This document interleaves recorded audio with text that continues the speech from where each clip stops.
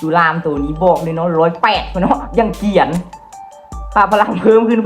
เรื่อยๆเนาะบักเอ็ดมิวสันก็น่าสนใจเนาะ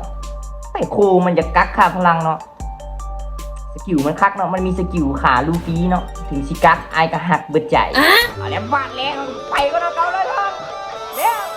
สำหรับใครที่สนใจเติม e-football ค่อยขอแนะนำบูมแสงพระบางบริการเติมทองเติมทื่อเติมใบเติมจนหลอดของมันต้องมีเติมทื่อก็เติมเองแน่นอนและถ้าบอกว่าตามมาจากนี่ฮักส่วนลดการเติมทองทุกแพ็คราคาไปเลย 10% อย่าลืมที่จะเติมเบสคิดถึงบูมแสงพระบางบริการเติมทอง e-football อันดับหนึ่งในลาวสนใจกดลิงก์ที่หน้าโปรไฟล์เลยเด้อ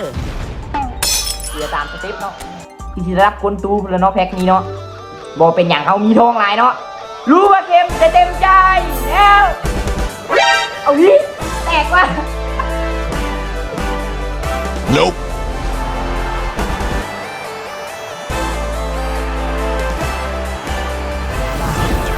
เรียบร้อย Nope บอกว่าแตกเนาะอย่าลืมเนาะทองไอ้บูเติมบาทเดียวแล้วเลย